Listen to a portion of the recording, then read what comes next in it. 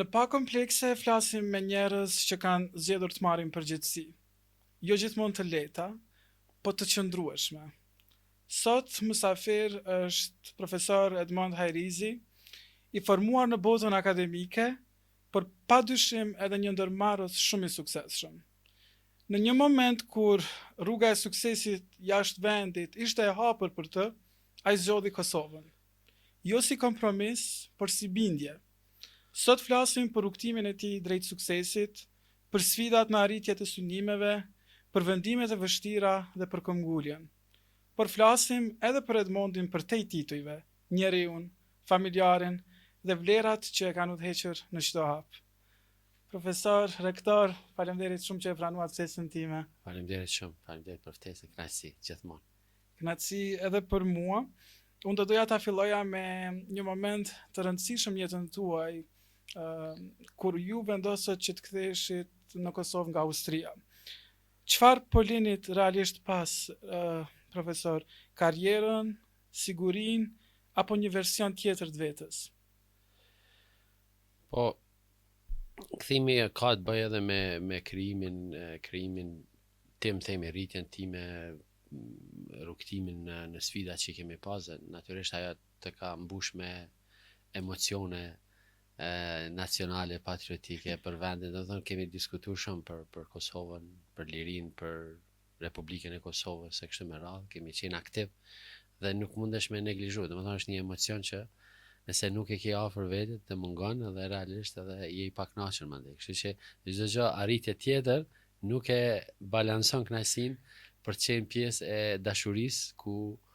është atë dhe jo apo nana ose prindja apo domethënë është një relacion i tillë ka qenë edhe për mua Kosova dhe mbi këtë bazën e kam kuptuar që kjo kish me mungu mandej, kish me qenë një pjesë e imja që të jetën kish me mungu, po mos kisha qenë në një farë mënyre aktiv apo mos kisha qenë i ndërlidhur edhe me Kosovën. Kështu që çdo rrugtim është lidhur ashtu me një lloj pozicioni unë jam shqiptar nga Kosova, ne mundemi, jemi të mirë, jemi punëtor, jemi të sjellshëm, jemi mikpritës, po të njëjtën kohë edhe mund t'ja dalim me kështu me radhë. Domethënë gjithë ky rrugtimi ka lidh me këto fraza, me këto momentume, edhe çdo herë duke i konfirmuar ato që apo shihni që edhe ne jemi mirë, ne mundemi mirë, po një realitet që gjithherë duhet ta kemi parasysh është edhe ajo që themi pej të thënit në të bërë është një det i tanë, domethënë edhe aty o dash kuptohet që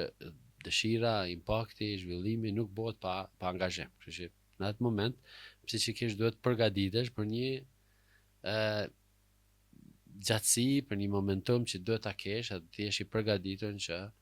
dëshiron ta zhvillosh. Në këtu vendimarrje, në këtu analiza kam menduar që një proaktivitet jemi, një qasje e angazhuar me Kosovën, rreth Kosovës, në fushat që unë i du, i njoh dhe mundem, mund të dalë fitues, ose mund ta mbuj të kaloj pozicionin tim të sigurisë që e kisha të pozicionin tim që pashtu nuk ka qenë i lehtë më arrit, edhe një farë lloj pjekurie, kulminacioni që mandej vazhdon një jetë stabile kështu me radhë. Po realisht në momentin e pikut atëherë kem filluar me momentumin tjetër që ne i themi kështu në ndërmarrësi you start from scratch. Domethënë nga fillimi, nga zeroja, nga diçka që e zhvillon. Po e përmendet nga zeroja. Dhe me thënë fillim ndërtuar gjithçka nga zeroja në Kosovë. Po çfarë ju lodhi më shumë fillim ose cila ishte sfida më e madhe, mungesa e resurseve apo pesha e pritshmërive? Po ka qenë çdo gjë ka qenë punë pionire, ka qenë punë e re, domethënë. Zgjedhja një tematike, zgjedhja një konferencë, ka qenë për herë të parë në Kosovë. Organizimi, stafi, financat, aspekti mungesës juridike, mosnjohja e Kosovës, mungesa e vizave, infrastrukturë s'ka pas, domethënë çdo gjë ka qenë thjesht një greenfield, një fushë e gjelbërt, ke parasysh një vizualizim i një fushë gjelbër, por fusha e gjelbërt është edhe pozitive, sepse është gjelbrimi, është natyra, është ajri i pastër, edhe në këtë rast, do thotë ajo të mbushke me emocione pozitive dhe ajo t'jepte edhe një lloj proaktiviteti, me thënë pikërisht kur këtu ka shumë nevojë edhe mundësitë janë të mëdhaja. Edhe mandej ti gradualisht i te kalon ato vështirësitë klasike teknike të cilat i ke çdo ditë, nëse i shiqon ashtu në analizat që bëhen në formatin e shkollës, themi për biznes plane apo ndërmarrësi apo aktivitet, natyrisht s'ja kishe fillu. Mi po na shpesh edhe themi që në ndërmarrësi nuk është vetëm forma analitike klasike e të bërit biznes, po është edhe pasioni, është edhe ajo misioni yt, edhe ai vizioni yt, i cili të mban dhe kur e ke atë vullnet, ajo i te kalon shumë gjana, do të thënë rrin shumë net pa gjum, lëviz pa ndjenjen e përfitueshmërisë ose humbjes ose këtë beson, kini besim shumë të madh që do del diçka bukur. Edhe ki reflektime me palët intereset që tregojnë interesim, kurreshtje për këtë që bën, edhe ti gjithherë themi mbushesh me optimizëm, thu ua, ja vlen, të shkojmë edhe tutje, ta bëjmë edhe një konferencë, ta bëjmë edhe një trajnim, ta bëjmë edhe një projekt, ta bëjmë edhe një program studimor, si ja vlen, kjo ka nevojë, këtu mujna me bo, nështë asilën për Austrisë, nështë për Amerikës, edhe gjitha ato pyetjet ishin, domethënë, pyetje që gjithherë konfirmojshin, ja vlen, edhe ti ishe aktiv dhe kur e mbyll një cikël, duket bukur, vazhdon cikli tjetër dhe çajo rritja fillon të normalizohet, më thënë njerë dhe po aty ka pas shumë vështirësi tash mos tim kështu tash në këtë kohë të ankohemi sepse që krijohet një ndjenjë shumë domethënë vetë kalimi kufirit, ardha me aeroplana, me formate, mandej mungesa hotele për të kursosh profesorët ndërkombëtar kishte mungesa për mi vendos në një hotel të qëndrueshëm. Cilat ishin ato komentet e para të këtyre profesorëve kur vishin në Kosovë që nuk ishin të njohur me Kosovën, edhe vinin për herë të parë qoftë për një konferencë ose për një organizim që ju e bëni, cilat ishin pritshmëritë ose si e shihnin Kosovën ata kur vinin? Realisht dëgjo ka qenë dyshysh një lloj konfirmimi për shkak të entuziazmit tem që e kam pas,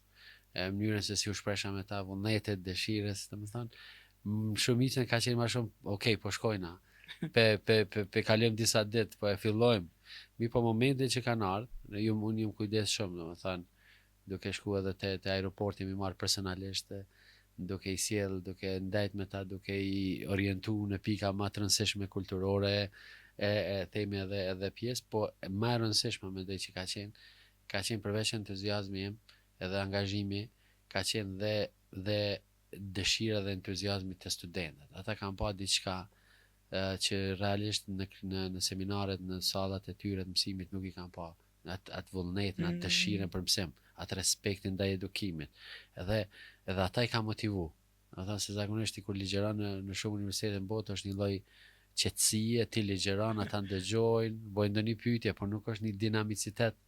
themi shumë i madh emocional ku ka dhe interaktivitet. Ne në Kosovë jemi më emocional, më interaktiv, shprehëm kur ndihem të kënaqur, flasim, edhe ata janë njerëz, kështu që edhe ajo shumë i motivoi ke. Edhe realisht me ato kemi arritë që mandej them vi edhe herën tjetër. Mandej themi okay, kam edhe një koleg që kish pas dëshirë të kyçet dhe faktikisht rrjeta e ekspertizës fillonte me u rrit edhe me u konfirmua edhe kështu ai ciklusi ose nukleusi veç fillonte me marr formën e vet. Po gjithherë ka qenë, kemi pas edhe raste ku përmend disa herë, kemi pas një profesor shumë të mirë të financave nga Shteti i Bashkuar të Amerikës, ku ka pas 15 libra të financave të botume, një njeri shumë i njohur në universitete prestigjiose, edhe me që një kolegi ti paraprak e theu kambën në skemë edhe nuk pata mundësi me ardh, ai më premtoi që do ta sjell një profesor jo më të dobët se ai, po më të mirë. Edhe i thot ti duhet shkosh në Kosovë, sepse unë i kam premtu Edmondit që do ta mbaj modulin e financave. Edhe realisht ai nuk e ka kundërshtu, po shoqës vet i ka thënë që unë do të shkoj në Vjenë për ligjeru, jo në Kosovë. Si ka tregu, në fakt ka ardhur, mandej edhe rrugës ka pas një koferi, bagazhe i ka mbet mbrapa, edhe ardha në Prishtinë ka qenë shumë e frekshme. Çka do ndodh me mua dhe momentin e takimit të parë ka qenë kështu një ndjenjë, okay, erdha, po ç'a do ndodh, si do të ç'a po pret. Realisht mandej kemi fillu, kemi përcjell, edhe mas 2-3 ditë, mandej edhe me studentët dhe mandej thot, Edmond, të tregoj që unë nusës time nuk i kam treguar që jam marrë Kosovë, po tash jam shumë i lumtur, jam shumë happy, edhe do të vazhdoj të bashkëpunoj me juve edhe do të shtim përpara dhe kemi vazhduar mandej bashkëpunimin. Domethënë ka pas shumë paragjykime, ka pas shumë natyrisht vende minjëherë pas luftës dhe ka pas hezitime, mirë po ka gjithherë shoqni, ka gjithherë shok, koleg, njerëz të cilët të përcjellin, të mbështesin edhe të dhemi rinë bashkë në misionin tonë ose kontribojnë në misionin tonë për cilën edhe e ke pas, sepse është një mision human, të ndërtojmë kapacitetet humane, të ndërtojmë një edukim cilësor në një vend pas luftës, i shkatruar pas luftës, e që zhvillimi qëndrueshëm më i madh bazohet në një edukim cilësor dhe kjo kishte arsye që ne një edukim cilësor nuk kishim arrit me bo, mos kishim një sparring, një lloj ndërlidhje edhe transfer të dijes nga universitetet prestigjioze dhe kjo ka qenë ai kontributi im i parë që qysh minjëherë mas luftës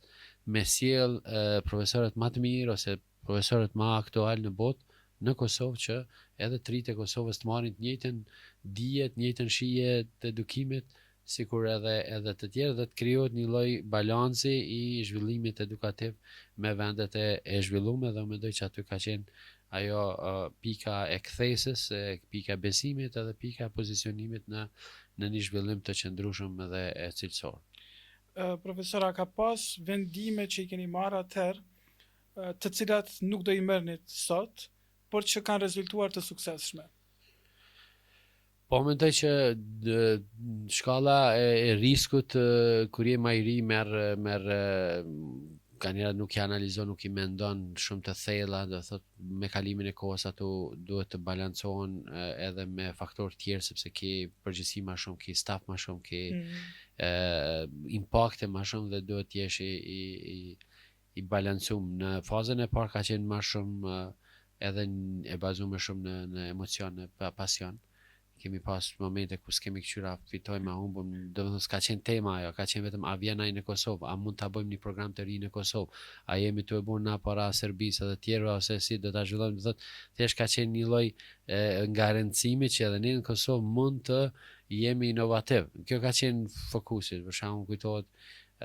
ardha e Akademisë Diplomatike të Vjenës për t'i trajnuar diplomatët e Kosovës për herë të parë, sepse ne mendonim që po krijojmë shtetin dhe gëzimi im ishte që me arrita që t'i bindi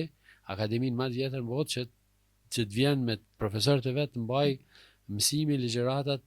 edhe edukimin në Kosovë, një diçka që ishte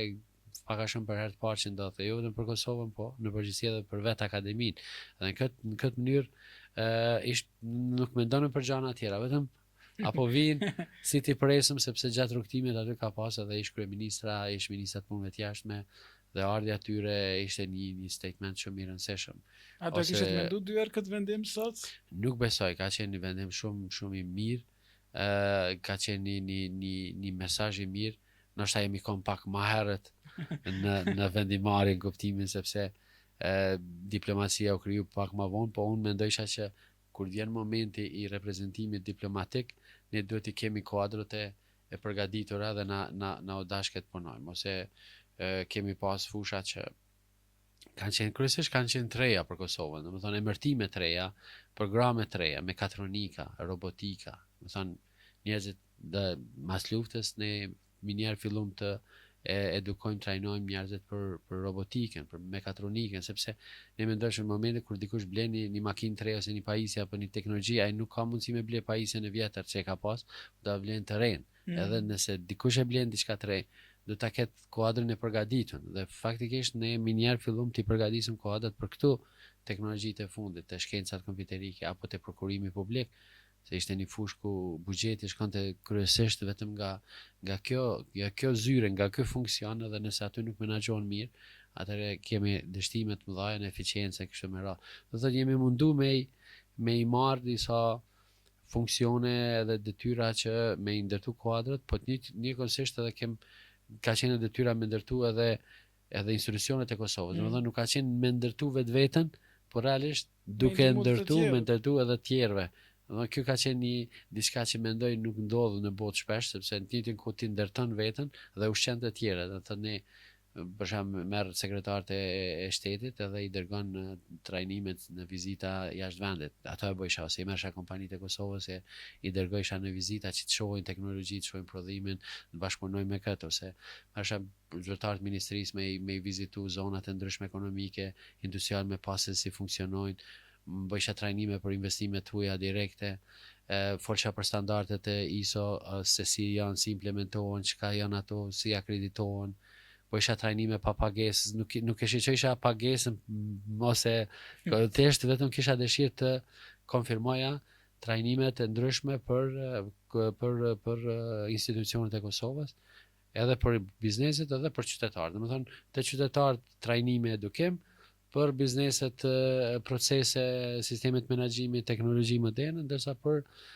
qeverinë kryesisht vizita studimore edhe dizajnim politik apo ligjeve të ndryshëm, ligjin për standardizim apo për investime apo në edukim apo reforma. Do thotë jem mundu pak a shumë atë dije që e kum pas unë si ekspert ta shpërndaj në çdo mekanizëm dhe roli jam nuk ka qenë vetëm me ndërtu një ekosistem, po thjesht kum luajt gjithherë edhe rolin e profesorit, edhe trajnerit, edhe auditorit, edhe domethënë mentorit, edhe domethënë kum pas funksione ndryshme, varësisht se çka ka qenë e nevojshme edhe ku unë kom mendu që mund të kontribuoj mbas të përvojave të mia, sepse fatmirësisht deri në atë pozicion përmblodha një lloj cikël të mirë të përvoja edhe në akademi, në funksione ndryshme, edhe në industri, edhe kështu që kisha një bagazh që ishte i nevojshëm në momentin që unë isha këtu dhe faktikisht mendoj që ju kam ndihmu në orientime, pozicionime, palëve të interesit dhe vetë mënyra që na kanë akceptuar dhe mandej jemi rrit ka bo besoj një lloj efekti. Profesor, kur një histori kthehet në model suksesi, a e humbet njeriu drejtën të gaboj? Patjetër, në mendoj që pse që kesh do të përgatitesh që ti nuk je i pagabueshëm edhe gjithherë mund të gabosh edhe ndodh me gabu edhe mund ndodh edhe me dështu, ndodh edhe me sepse nuk është jeta dhe bota nuk është element që ti e menaxhon dhe kontrollon vetëm, domethënë janë edhe faktorë tjerë të cilat lidhen me ty, po ti do të mundohesh të bësh parashikime, planifikime, scenario, momente që ti shtysh mundësisht sa më mirë edhe të merresh vendime sa më mira që të kesh edhe të kalosh sa më lehtë apo mirë jetë, po jeta mund të ka ndodhira të ndryshme të gjatë rrugës, mundësi të ndryshme pozitive dhe negative, edhe ato mendoj që ne duhet të jemi përgatitur në çdo moment. Mirë, po në momentin që jemi, moto jam ka qenë që derisa jemi dhe si jemi të angazhohemi. Do thotë unë nuk kam një ndjenjë sot që nuk jam angazhuar. Këtu ndina shumë i qetë i lehtë, sepse nuk besoj që edhe po t'isha kthy, kisha pas mundësi më angazhu më shumë, sepse vërtet e kum mbush ditën me aktivitete të plota, proaktive, asnjëherë kështu, gjithherë duke dhënë një lloj kontribut dhe mendoj që kjo ka qenë pjesa ime që kam mujt me dhënë. Mandej rrugët mund të vinë në formate tjera, mirë po edhe arritjet duhet jenë të moderume, edhe sukseset duhet jenë të falenderume, edhe gjitha që mos të kesh një farë momentumi që je i parëshëm apo je i paprekshëm apo ti nuk gabon e kështu me radhë. Ato tani del në një zonë ku mendoj që ki pasoja shumë dhaja. Çfarë përfaqëson familja në jetën tuaj, profesor, dhe sa kohë i kushtoni familjes për të gjithë përgjegjësive që ju i mbani? Mendoj që suksesi, jeta kompletohet kur edhe familja është e mbyllur në sistemin tonë, në ekosistemin tonë. Domethënë për mua familja është nukleusi i gjithçkafe. Domethënë se unë nuk kam një qetësi shpirtërore themi me familjen apo në relacion me fëmijët edhe me zhvillimin, atëherë ndoshta për mua kish me qenë një mangësi e suksesi në përgjithësi. Kështu që ajo ka qenë parakusht, unë kisha me thonë, familja, gruaja, tani edhe fëmijët janë parakusht i çdo gjë, se aty stabilizohesh, ke një relacion të mirë, ke emocione, më emocionet ndërlidhen, plotësohen në aspektin psikologjik social, edhe tani e ki një platformë tjetër ku thuaj tash mbas kësaj çka mund të bëj, dhe mandej vazhdon që të kesh një kontribut edhe për të tjerët, sepse nëse nuk e ke qatë harmoninë, qatë mbështetjen e njëri tjetër. Tash unë kom pas një pozicion, shoqja ka pas një pozicion, po edhe ajo ka qenë pjesë e krijimit të UBT-s, sepse ne e kemi kriju bashkë edhe kemi qenë bashkë prej fillimit, domethënë vendimet i kemi marrë bashkë. Tash ajo ka qenë në Vjenë, unë kom qenë këtu, ajo ka ardhur këtu, ne kemi shku, domethënë kemi harmonizu, dhe ka qenë edhe si lloj kontributi i familjes, po kontributi jonë nuk ka qenë vetëm ta bëjmë një familje, po mundësisht ndoshta ne mund t'i japim edhe diçka pak më shumë familjes më të madhe, që është familja e Kosovës, e në moment saktum edhe familjes botërore, po këtu ka qenë gjitha dëshira që me dhonë sa të kemi mundësi, me mundësi tona edhe aty ku muj me zhvillu. Po gjitha lidhja është familja, dhe me thonë qetësia, pozicioni, harmonimi, edhe unë mendoj po për veti, po mos ta kisha një familje të tillë ose një lidhje, ndoshta edhe s'kisha mujt, se isha demotivu, nuk kisha pas ndoshta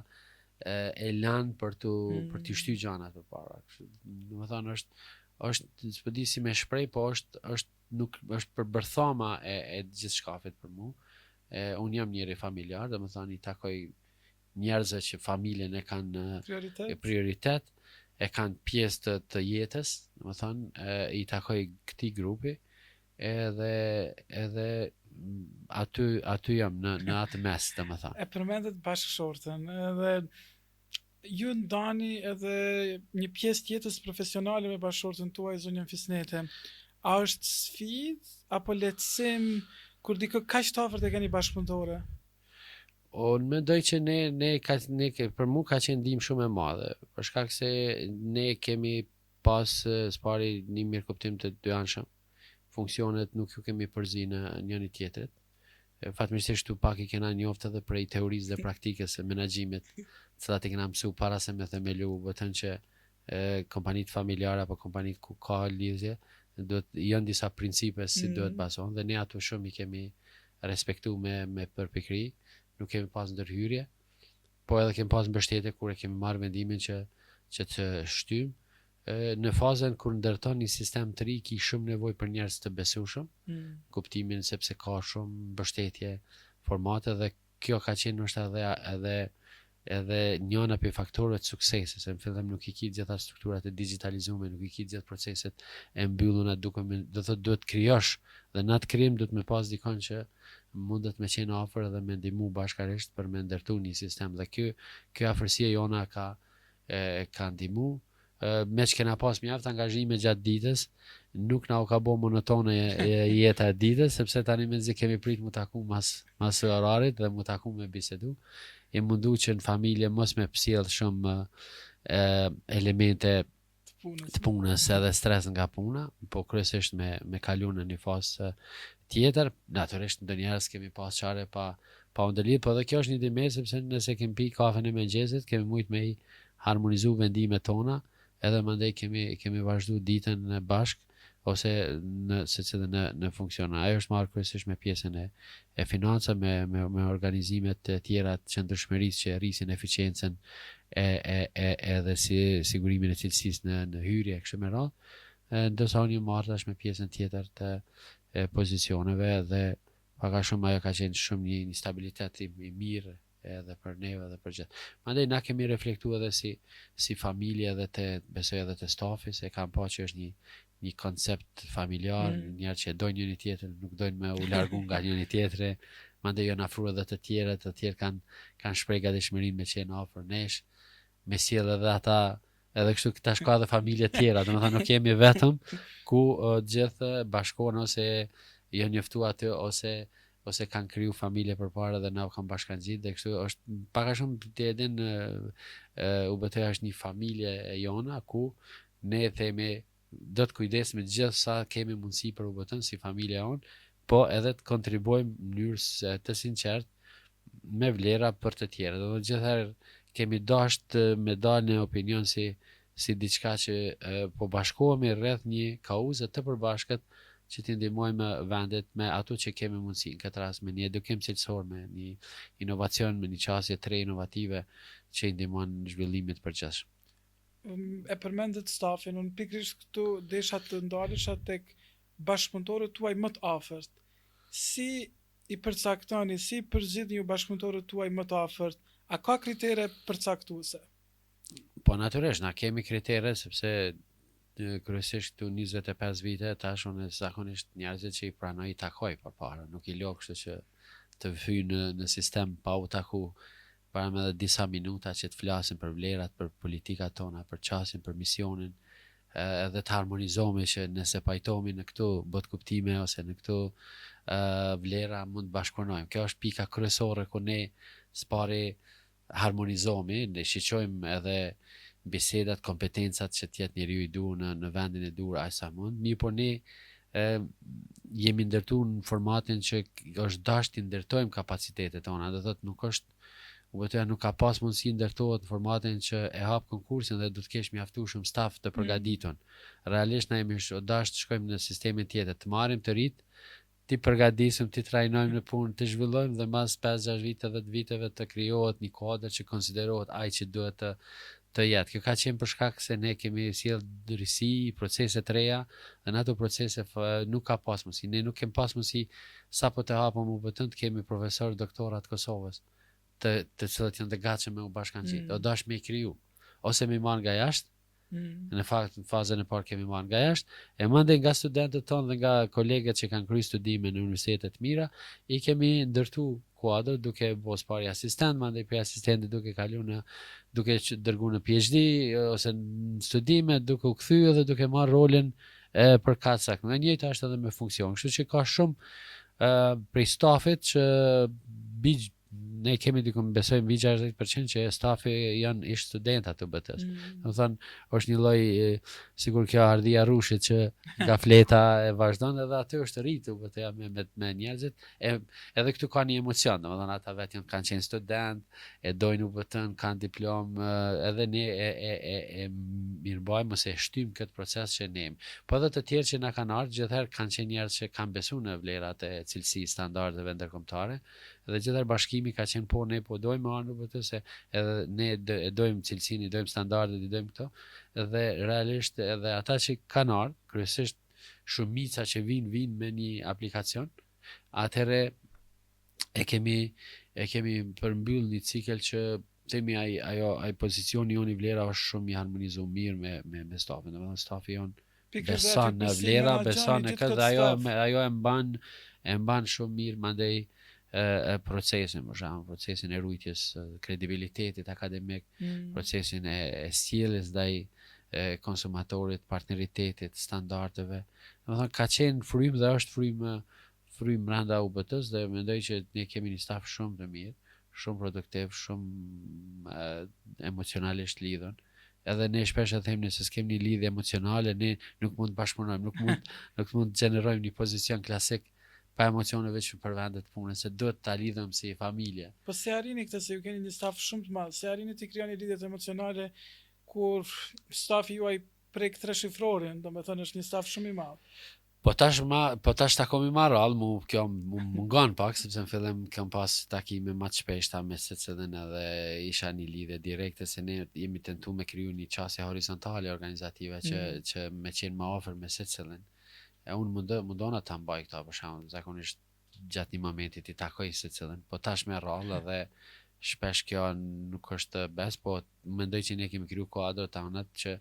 tash kanë 10 vjet, besa 20 vjet përvojë, të cilët edhe e bartin këtë mesazh te kolegët edhe jemi një familje. Do të thosh një fryme e cila e mban çat kredibilitetin edhe çat motivimin.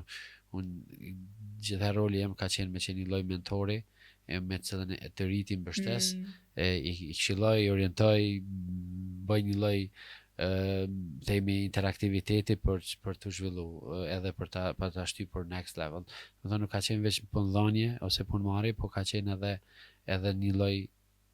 profesorshipi apo në lloj trajneri apo mentori që kom dash me luaj gjatë të kohës, edhe kjo është edhe pak më motivuese, me thënë drejtë, më ka motivu, për kjo është ajo që më ban më shumë se sa vetëm të bërit biznes ose të kesh ndërmarrësi. Kjo është kënaqësi kur e sheh dikon e zhvillon ose e orienton pak në një strukturë, domethënë thjesht sikur një trajner i futbollit apo i basketbollit ku i jap këshilla, e zhvillon dhe ecë kur ta shesh mas një kohë arritjet janë kënaqësi. Për shembull sot kemi doktora shkencave nga ata, kemi njerëz që janë akademikisht shumë kredibil të njoftun edhe në nivelin ndërkombëtar, edhe kjo është tani ajo ndjenja e kënaqësisë, domethënë. Disa janë edhe kanë rastisë me ardh master me qenë mosha jam, ose disa edhe më të vjetër. Nuk ju them që ju keni qenë studentat e mesme në tor, po pak a shumë jemi të ndëlidhur kështu bukur me çdo të cilën. Me vërtet një kënaqësi. Unë kom pas edhe jam tentuar që këtu 20 vite me qenë edhe afër studentëve. Me vitet tona kom qenë afër me çfarë do të një ligjërat qoftë edhe minimale me çdo student, që të bartim informacionet që i kemi të trit. Edhe ju mundu mi përshëndet në shumicën e raste dhe mi njoft, me bisedu, edhe sot mundon ata bëjmë, natyrisht me kufizime për shkak mallësisë edhe diversitetit që ka edhe distribuimet në aspektin regional edhe ndërkombëtar. Mirë po, me ardh nga pjesa akademike ty të duhet aspekti social, do thotë mos me pas lidhje dhe komunikim, të tjerat humbin kuptimin. Do thonë për mua është shumë e rëndësishme komunikimi. Ju vazhdoni ta mbani kontaktin me studentët. Mendoj kjo është jeta kryesore, është cilësia e jetës, kur ti komunikon me të rinjt. Tash kemi edhe shkollat parauniversitare,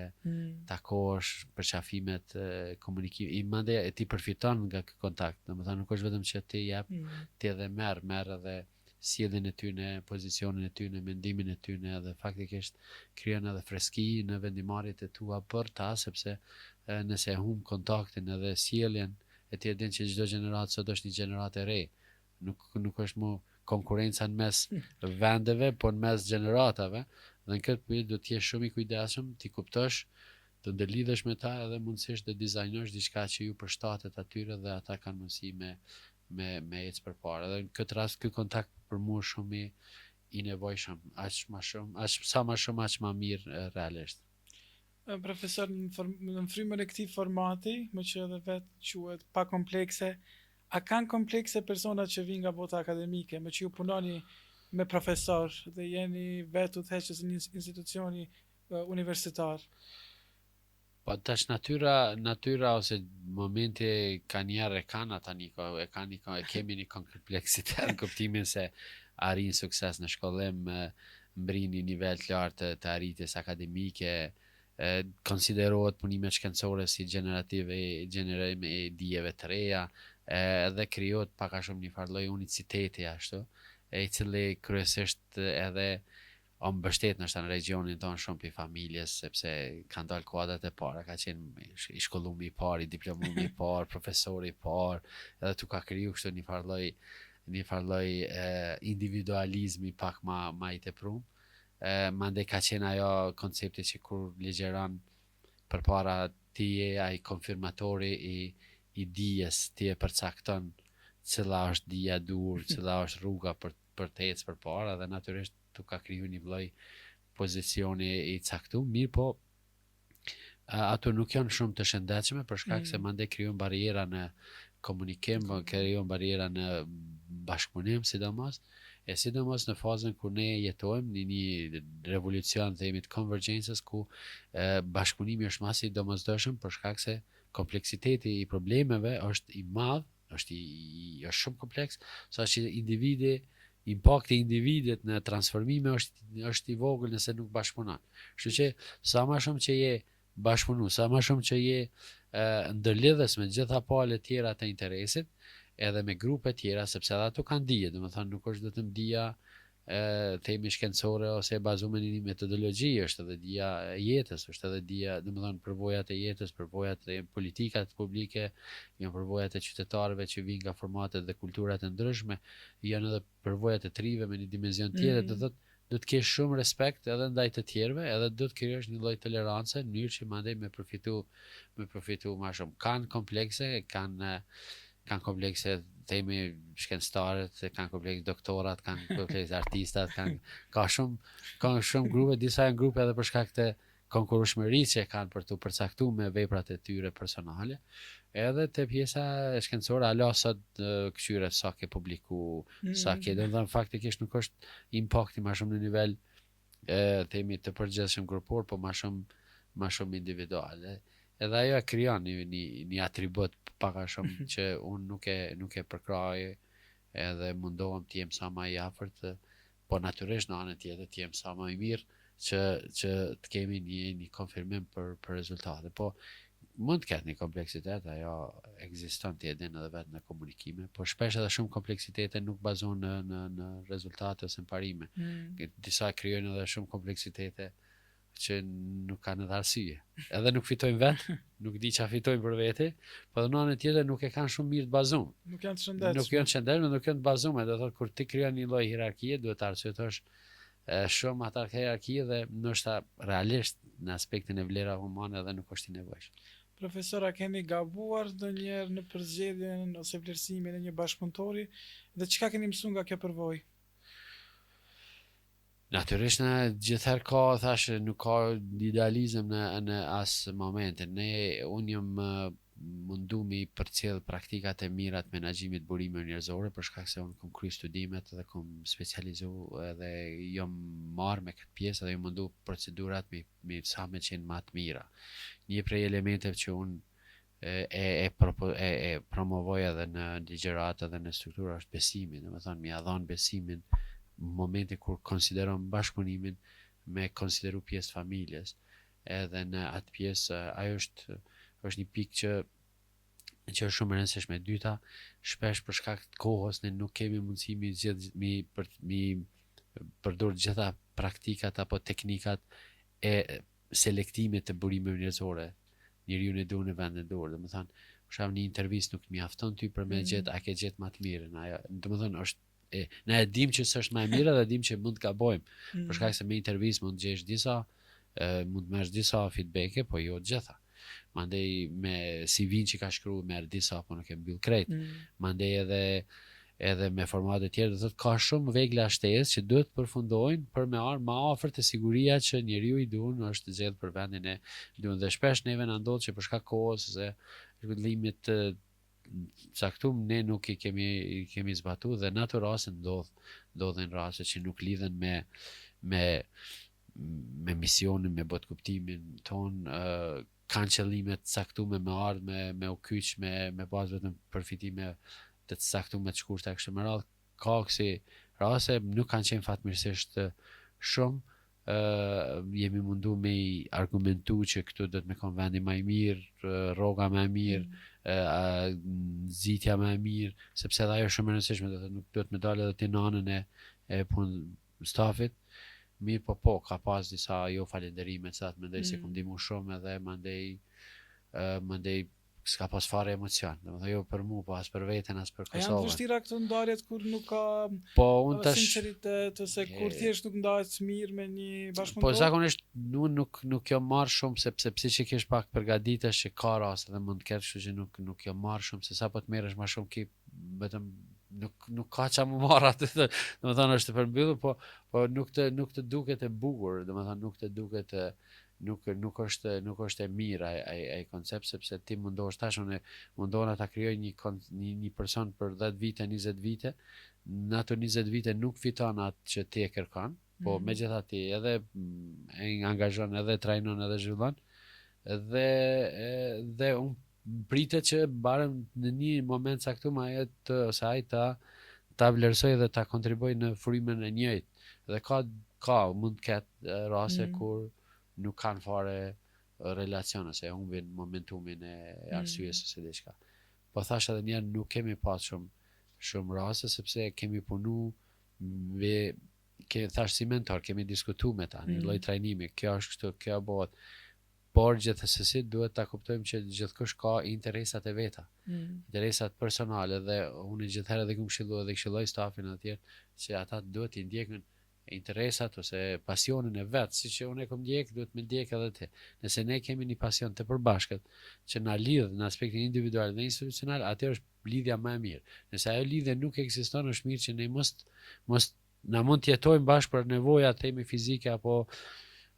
financiare e kështu me radhë, por realisht nuk është e shëndetshme aq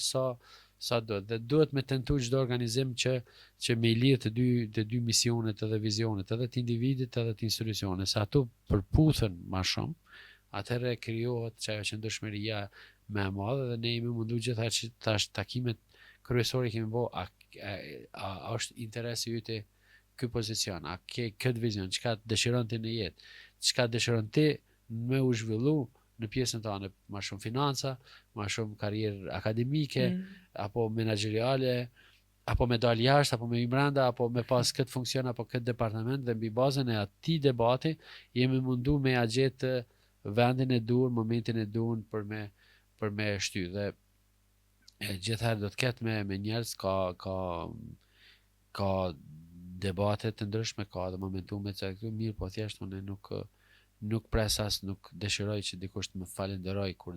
në fund themi të faleminderit, nuk jam të u përgatit që dikuj që i kam gjeneru punësim, zhvillim e këtu që ai të më falenderon.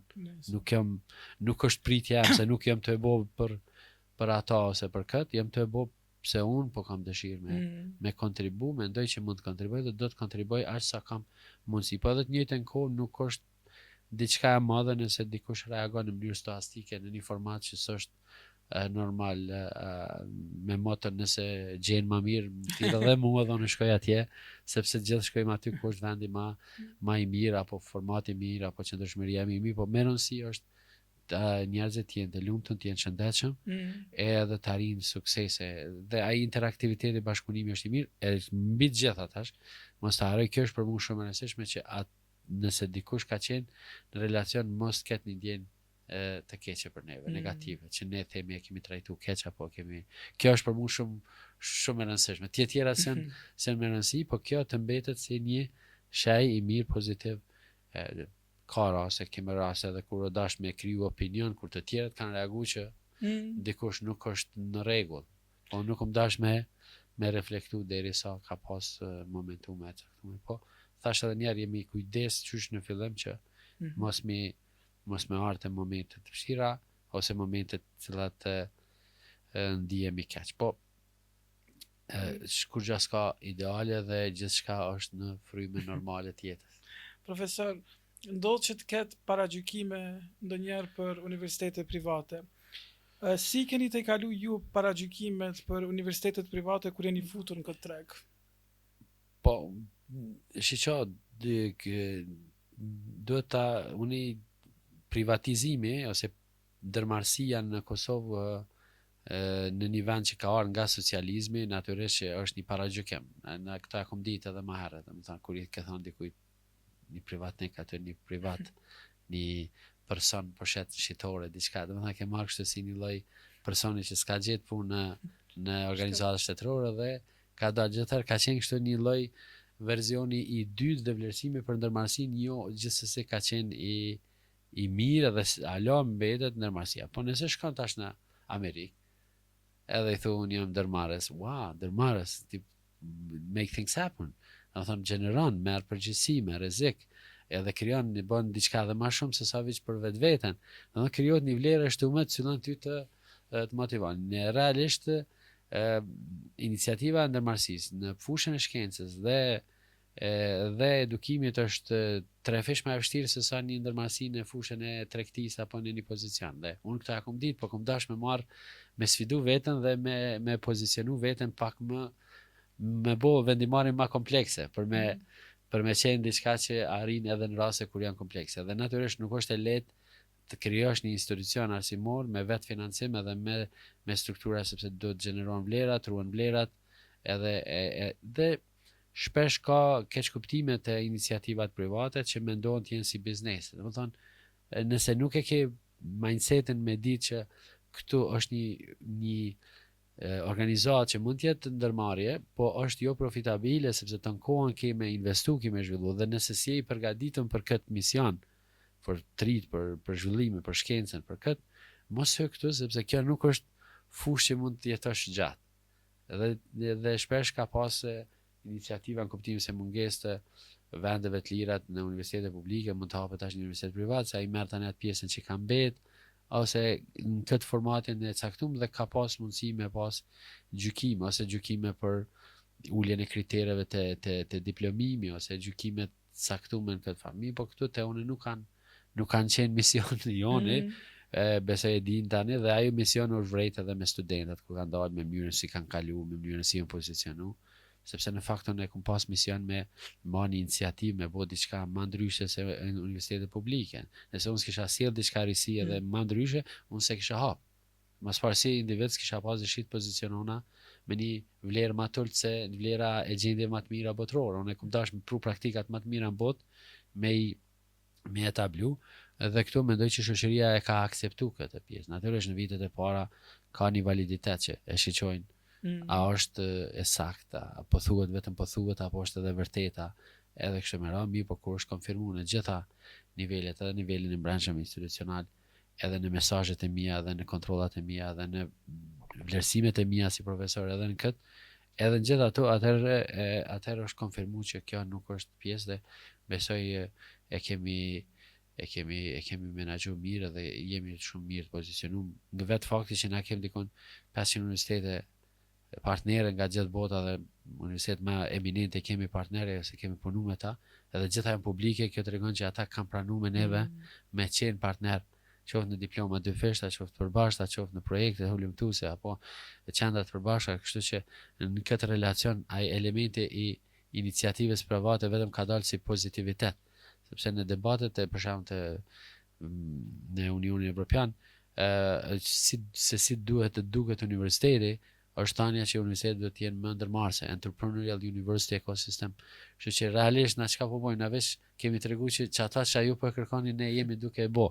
Edhe jemi duke e shtyë edhe për jo rastësisht mandej kemi marr vjet në 2024 kemi marr universiteti i dytë më i mirë për ndërmarrësi në Evropë. Do të thënë kemi zënë pozitën e dytë. Ndërsa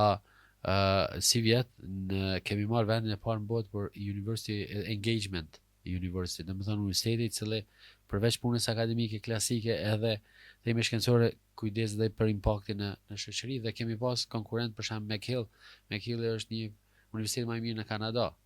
Ose 25 në vendin 25 më të mirë në botë. Do të thënë kemi arrit me konkuru me vlerat tona, me qasjen tonë në cilësi. Mandej ne kemi konfirmuar cilësitë, për shembull, UDA është konfirmuar për ekselencë, është një prej organizatave, është e vetmja në Ballkan dhe është një prej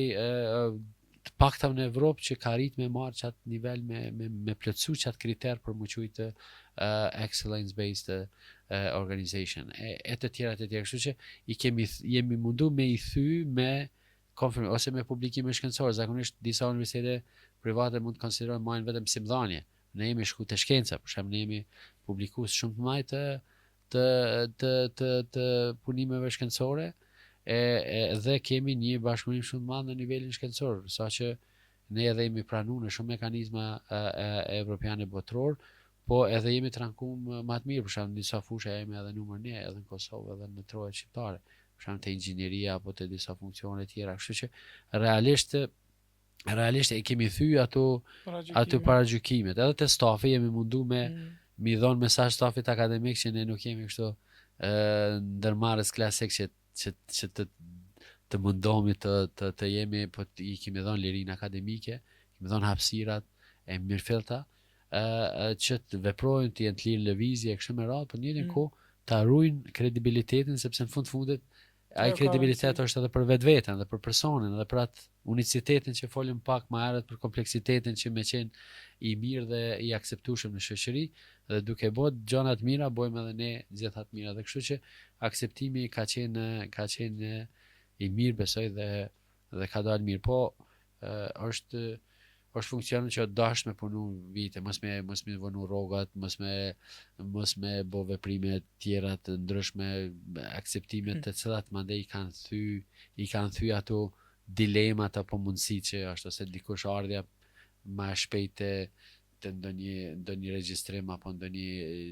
notë. Më thënë këtu besoj në shoqërinë tonë, besoj e den janë të eliminuar, ata tash e din ku se çfarë kritere ka Po në si shoqëri. ishin ju universitetet tjera private në Kosovë, ose cili është raporti juaj me universitetet tjera private në Kosovë? Po na përgjithësi nuk na lidhemi pak a shumë te ministria e agjencionit, te akreditimet, kemi ndonjëherë projekte të përbashkëta në nivelin evropian kur kemi kërkohen të jenë 2 institucione apo më shumë. Rrujmë raportet e mira, domethënë nuk kemi raporte shkëmbime kështu kritike ose konkurrueshme domethënë në këtë pjesë. Përndryshe na pak e bëjmë edhe si humor që në Kosovë janë 3 lloj institucionet publike, private dhe UBT-ja, kështu që në këtë relacion edhe me ta i kemi mirë, edhe me këta publiket i kemi mirë. Mirë, por thash pozicioni jonë nuk është në relacion me ta, ne nuk i shohim ata si pjesë e problemit apo konkurrencë, por më shumë i shohim sepse ne misioni jonë është për Kosovën. Ne dëshirojmë që Kosova të rangohet mirë në aspektin akademik. Tu i kemi garën ne, domethënë gara ime personale dhe UBT-s është vazhdimisht me u ranku, me u përfaqësu në nivele botërore. Kemi në teknologji vendet e para në botë, në inovacion, në green technology, në sustainability, në këta domethënë aty jemi të fokusuar. Nuk kemi probleme me nivelet lokale apo edhe nuk jemi të fokusuar me thënë drejtën në këtë pozicion fare. Domethënë këtë rast më shumë përdorim Blue Ocean Strategy. Një strategji që nuk ishe pengesat. Profesor, cila do të ishte këshilla juaj për një student sot që po e fillon një startup? Po startupi është nuk është vetëm një proces klasik që fillon pika A, tani B-ja, tani C-ja, D-ja dhe del dikon domethënë në gjatë rrugtimit duhet natyrisht me fillu, duhet ëndrat, dëshirat, motivimin, pasionin me i respektu, sepse aty është fokusi, aty është koncentrimi, aty vini det më shumë, aty ku koncentrohesh ti din, ki analiza më shumë, she ëndra më shumë, komunikon më shumë, fokusohesh më shumë, jep energji më shumë, po mos me harru edhe përmbajtje profesionale, cilat lidhen me biznesin, kuptimin edhe një harri pak a shumë, çdo ditë pak më shumë për menaxhimin, organizimin, për teknologjinë, për financat, për kontabilitetin, për burimet njerëzore, për aspektet legale. Domethënë edhe ato janë të nevojshme. Që nuk do thotë mi ditë gjitha për minjar, nuk është të thonën me i marr minjar, po duhet me shpreh një lloj interesi duke lexu e duke u bazu në pjesën. Po edhe kjo ti mund të ditë teori krejt gjitha këto, nëse s'ki pasion, nëse s'ki proaktivizëm, sepse ndërmarrësia është një veçuja ashtu proaktive, lëvizje. Do ta merresh hapin, në atë hap ki edhe një risk, ki edhe një përgjegjësi. Do të thonë nëse kemi një punë, ti thu lema mua se unë pe kry. Ç'kjo është ndërmarrësi. Nëse thu po, nëse më thu e kry, po edhe mos pe kry, nuk ka ndërmarrësi. Do të thonë në ndërmarrësi është proaktivizmi, është proaktivizmi, është çësia proaktive e cila të bën ty ndërmarrës. Qoftë në një ndërmarrësi klasike ku qelti hap një startup tane, qoftë në një ndërmarrësi të një organizate brenda një sistemi ekzistues. Kështu që të rinjt kanë shumë mundësi, sepse ka shumë ideala të cilat po vinë dhe teknologji të reja dhe procese të reja kështu me radhë. Kosova, veç Kosova, tregu Kosovës ka shumë nevojë për ndërmarrje të reja, për shërbime, oferta të reja. Po që është më e rëndësishme, përmes Kosovës ka tash mundësi të pafundme në nivelin botëror. Në krejt botën mund të shërbesh, ofrosh shërbime, produkte prej këtu, e ki ma lirë, e ki ma mirë, edhe është një nukleos shumë i mirë për të gjeneru biznes prej Kosovës. Unë vetë kam themelu të edhe në UBT-n dhe shumë organizma, por mbrenda UBT-s kam themelu edhe 80 kompani tjera për ta ndërtuar ekosistemin. Do thotë, po të kisha kohë, i kisha bërë edhe një 80 tjera, sepse ka shumë gjëra të bukura që mund të fillohen e nuk plotësohen. Kërkush nuk është një fushë atje që është e nevojshme, po nuk e plotëson kërkush, ose se plotëson mirë. Kështu që të rit faktikisht nëse ka një pasion, një dëshirë me shty procesin përpara, atëherë është një mundësi e mirë. Taksat nuk janë shumë të mëdha, mundësitë për me shku step by step janë të mira. E kështu me radhë dhe thotë thjesht unë ju inkurajoj ata që të zhvillojnë idetë, po më t'jenë edhe pak ide konkurruese, jo kopjuese. Edhe për këtë arsye është mirë që këtu forumet e ndërmarrësisë, debatet, lëvizjet, vizitat nëpër panajire, ekspozita janë shumë nevojshme për ta, sepse mandej aty i validojnë modelet e tyre, i validojnë proceset e tyre, modelet e biznesit dhe bojnë një lloj kërcimi atje ku duhet. Qa mi thonë tjera, edhe mu përgadit psikikisht është diçka e bukur, por ne do ta dojnë, domethënë është shumë e rëndësishme kur të hysh në çat funksion me dash me plotsu. Kështu që kjo është ajo që unë i këshilloj të rritë edhe mundohemi, ne kemi bërë shkollat e ndërmarrësisë edhe të veçanta jashtë aspektit akademik, që t'ju ndihmojmë, t'i shtyjmë përpara, edhe kisha pas shumë dëshirë që secili prej neve të ketë një personalized company, e cila mandej kur personalizohet e punon pjesën e vet, krijon një pavarësi, krijon një autonomi, njëkohësisht dhe lidhet edhe në ekosistemin nacional apo global të ekonomisë edhe zhvillimit. Kështu që hapësirat janë çast të mira, mundësitë janë çast të mira, po mbyllet vetëm i bo, po hajt pi thojmë le t'i bëjmë këta të rit. Faleminderit shumë që ishe pjesë e podcastit tim, profesor. Dhe ju uroj shumë suksese në rrugtimin tuaj edhe në gjithë këtë ekosistem që e keni ndërsu. Unë të falenderoj shumë, ishte kënaqësi, uroj festat një vit të suksesshëm, të uroj me podcastin, me qasin, unë e di që kjo të shkon ty shumë mirë, është një diversitet të dijes edhe të punës edhe angazhimit, dhe mendoj që është shumë e rëndësishme që në kuadër të këtij ekosistemi që ke të debatosh, sepse ka shumë nevojë për debatet mira, të cilat bazohen në vlera, bazohen në struktura, diversitetet të ndryshme të dijeve, dhe unë mendoj që për momentin janë edhe të ndëgjueshme edhe shikueshme, sepse njerëzit dëshirojnë me pas një interaktivitet. Unë mendoj që ti edhe ke një uri, edhe bën pyetje të mira, edhe moderon dhe vetë ki çka më thon, kështu që unë jam shumë i bindur që me qenë një prej më të shikuesme, por mos më thon më i shikueshmi se kjo është, edhe unë mendoj që ky ekosistem bashkë me kolegët që po punon do të jetë shumë i suksesshëm. Shumë faleminderit. Shumë kënaqësi me i dëgju këto fjalë prej juve. Faleminderit edhe një herë dhe shpresoj të shihemi në biseda të tjera. Gjithsesi, me kënaqësi. Faleminderit shumë. Mirupafshim në episodin e radhës.